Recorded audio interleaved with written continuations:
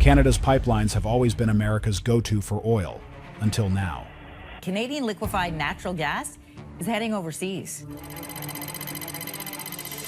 In a shocking turn of events, China has quietly entered Canada's backyard, striking billion-dollar deals that could completely flip the energy game. Canada has to start growing trade with China if we want to grow our economy. This isn't just about oil, it's about who controls the power behind the world's economy. As the push for electric vehicles heats up and energy dynamics shift, China and Canada's unexpected partnership is leaving the U.S. in the dust. How will this affect the U.S. energy future? And what does this mean for the world's power balance? The pipeline that changed everything. April 2nd, 2025. A date that will burn itself into the story of oil forever. After years of courtroom showdowns, heated protests, and political speeches that echoed across the Rockies, a colossal steel artery finally roared to life. The Trans Mountain Expansion, known to every oil trader as TMX, began pumping thick black gold from Alberta's landlocked sands all the way to the Pacific coast. It was not just a pipeline, it was a promise that took shape back in 2018 when Canada's federal government shocked everyone by buying the project for over $4 billion. Many said they were fools to touch it, too risky, too costly, too controversial. From that day on, TMX became a lightning rod. For 6 long years, construction crews battled mudslides, landslides, lawsuits, and angry crowds who chained themselves to bulldozers. First Nations leaders fought fiercely to protect their land and water. Environmental groups painted grim pictures of oil spills fouling pristine coastlines and killer whales pushed to the brink. Politicians talked about climate goals by day and signed export contracts by night. Yet mile by mile, weld by weld, the expansion crawled forward. By May 2024, the final section was bolted in place. Canada's oil patch celebrated.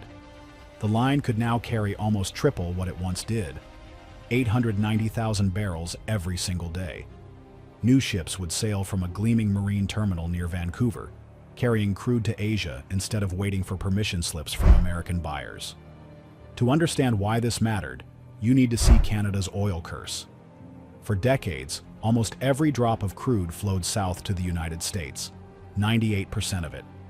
They called it a partnership, but it was really a one-sided deal. Canadian oil often sold at a steep discount because it was bottled up in pipelines too full to handle it all. Tankers were scarce, ports limited. Middlemen made a killing. Canada took the scraps. So, TMX was supposed to be the great escape. Finally, Alberta's oil could reach new markets, such as China, India, and Japan, where buyers might pay closer to the full price. Billions in extra profit. More jobs, more royalties, more money to patch roads and fund schools. At least that was the dream. But dreams can turn into nightmares in a single tweet. As TMX's pumps rumbled to life that spring, a new storm gathered out of Washington. Donald Trump, sniffing at another White House run, spotted an easy way to win hearts in Pennsylvania and Texas. He threatened a 10% tariff on Canadian oil, just when Canada was finally ready to sell it to the world. In one stroke, that tariff could shred an entire decade's worth of planning. Analysts warned it might slash Canadian profits by $10 billion a year, and it would not just hurt the North. American refineries that relied on cheap Alberta crude would suddenly face costs jumping by $5 to $10 for every barrel they processed. Higher prices at the pump, angry voters, frantic lobbyists calling Congress at midnight. As news of the tariff threat hit Calgary, oil executives gathered in glass towers downtown, peering out at the Rockies with tight jaws and stiff drinks in hand. Some cursed Trump's name. Others whispered about legal fights and side deals. The pipeline that was supposed to break the American stranglehold might instead tighten it. Yet, not everyone panicked. In the shadows of big headlines and oil price charts, a different story was unfolding. While Washington flexed its muscle and Ottawa scrambled for a response, quiet deals were being signed in Calgary boardrooms. Buyers who spoke Mandarin, Hindi, and Japanese were shaking hands behind closed doors. New shipping routes, new refineries overseas, new partners hungry for steady supply. Because while the United States played hardball, Canada's oil patch knew something too important to forget. Energy is a game of patience. Pipes can be blocked, contracts torn up, tariffs threatened, but oil always finds a buyer. And with the Pacific Gateway finally open, the old pipeline politics of North America were about to meet the rising power of Asia's endless thirst. So, as spring turned into summer, the TMX pipeline hummed day and night, pushing barrels through mountains and forests and suburbs. Tankers waited at the dock, flags from faraway ports fluttering in the breeze. Protesters still marched along coastal roads. First Nations leaders stood firm for their share of the future. Politicians traded barbs on TV screens. Oil traders placed billion-dollar bets before sunrise. And somewhere, in a quiet meeting room high above Calgary's downtown streets, a new plan was being written. One that could redraw the map of who controls North America's oil riches for decades to come. But that story, the one about secret deals, foreign buyers, and a future nobody fully sees yet, is only beginning. Because while the United States played hardball, someone else was making quiet moves in Calgary. China's secret playbook and the rise of Rangsheng. If TMX was the fuse, then Rangsheng Petrochemical was the spark nobody saw coming. While politicians traded tariff threats and think tanks fretted over trade wars, a single Chinese company moved with the quiet precision of a chess grandmaster, setting up its pieces in plain sight yet out of mind for most North Americans. Few outside Asia had even heard the name Rangsheng, but inside China's crowded oil and gas circles, it carried serious weight. A giant subsidiary of Zhejiang Rangsheng Group, it fed an appetite as big as any Western major. 800,000 barrels a day burned and refined to keep Chinese factories humming, cars moving, and cities lit long after midnight.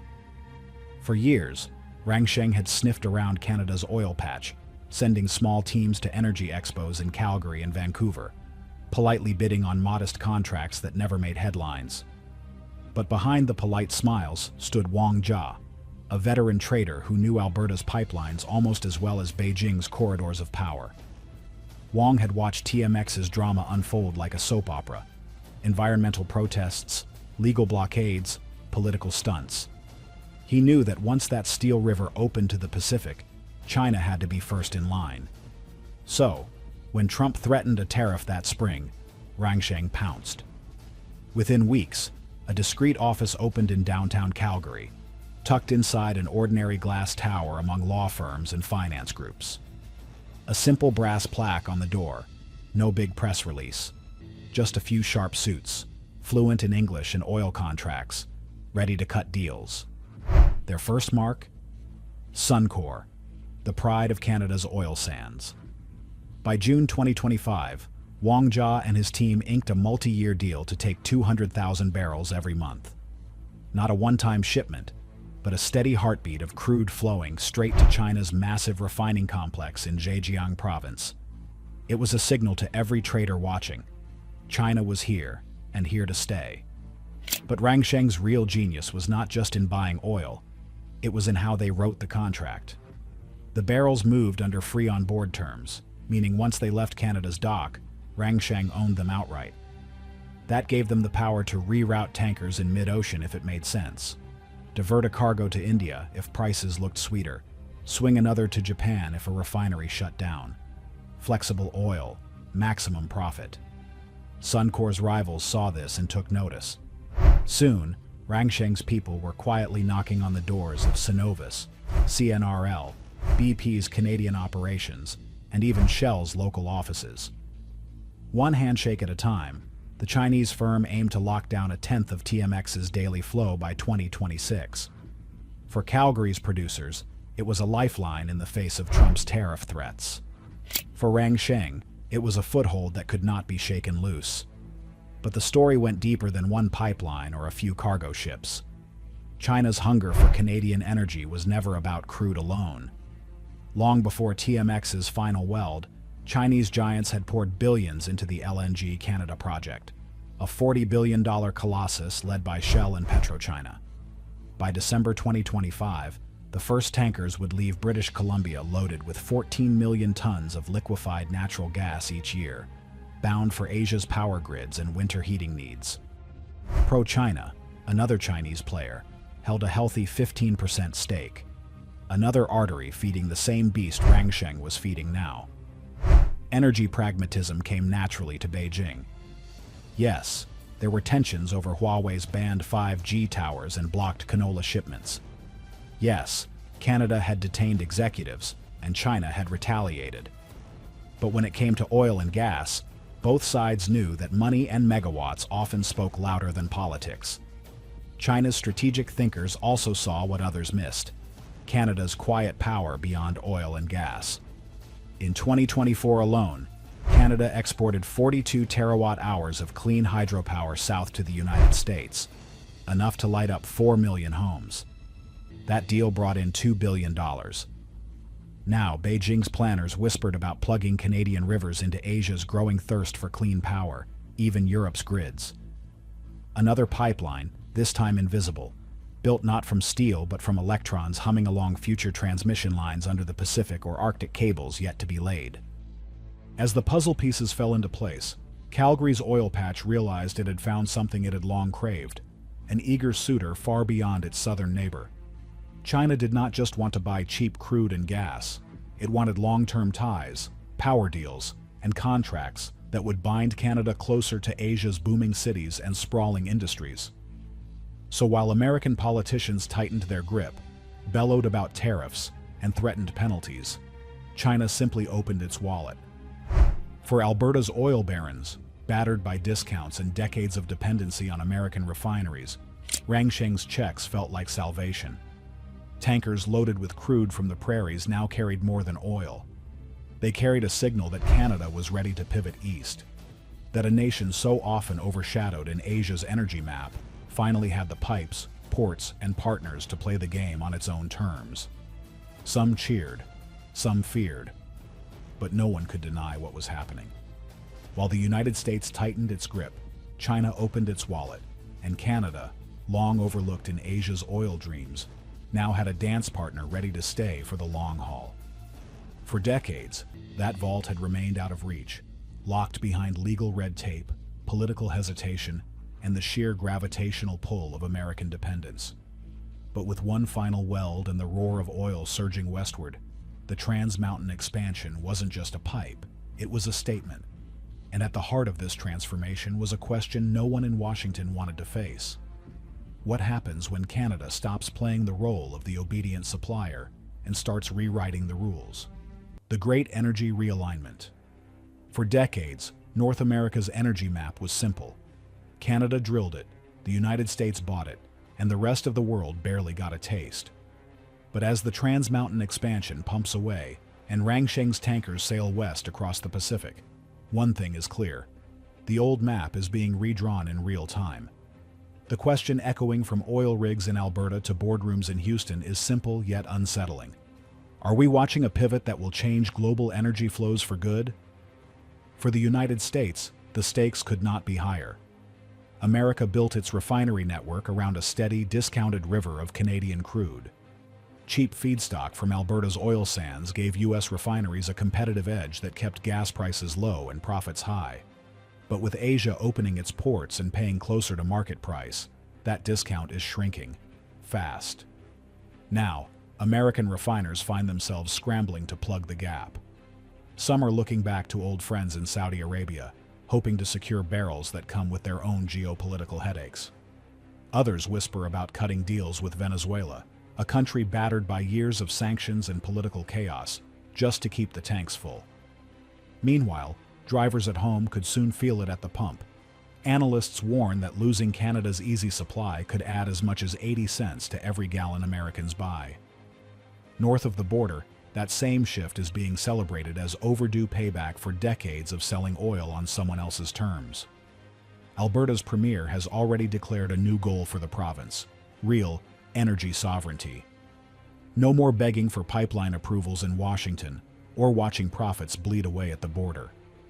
With Asia on the line, the oil patch dreams of a future where Canadian energy stands tall on its own. By 2035, experts predict Canada's total energy exports, oil, gas, and hydro combined, could bring in $500 billion a year. Not just from crude, not just from LNG tankers leaving British Columbia for Shanghai or Chennai, but from a mix of clean hydro, liquefied gas, and steady oil that makes Canada a diversified energy giant with options that no single White House tweet can derail overnight. Look east, and the opportunity comes into sharper focus. The Indo-Pacific economy is worth nearly $48 trillion. China's endless factories, Japan's refineries, and India's surging cities, all hungry for secure, reliable fuel. By 2027, new routes under the Arctic ice and across the Atlantic will help Canadian LNG reach ports that once felt impossibly far. Where once Alberta's oil had to beg for space in crowded U.S. pipelines, now it can sail straight to Tokyo or Mumbai without a second thought. Of course, the United States and Canada remain bound together by more than pipes and tankers. Billions flow across the border daily: goods, services, electricity, and labor. But the more Washington leans on tariffs and threats, the more Ottawa looks for other doors to knock on. Trump's tariffs may have been designed to squeeze Canada for political points, but they have instead given Calgary's oil barons a reason to break free. All of this sets the stage for a new kind of friction. Energy once tied the two neighbors together so tightly that few dared imagine a world where Canada would willingly ship its best barrels elsewhere. Now, energy nationalism on both sides could become the new normal. America hoarding its Gulf Coast refineries for domestic oil, Canada reserving its clean hydro and LNG for buyers who pay full price and ask fewer questions. In the end, the pivot is not just about pipelines or profit margins. It is about identity. For Canada, it is the chance to finally matter on the world's energy stage, to move beyond its old role as America's polite supplier. For the United States, it is a jolt that questions its grip on the continent's fuel supply. For China, it is proof that patient strategy can open doors that seemed locked by geography and politics. As Canada looks east and China locks in its share, the U.S. risks watching its oil advantage slip away. Will America adapt or stay stuck in yesterday's playbook? Can Canada really stand on its own? And has China just secured the upper hand for decades to come? The energy chessboard is changing fast. Whose move is next?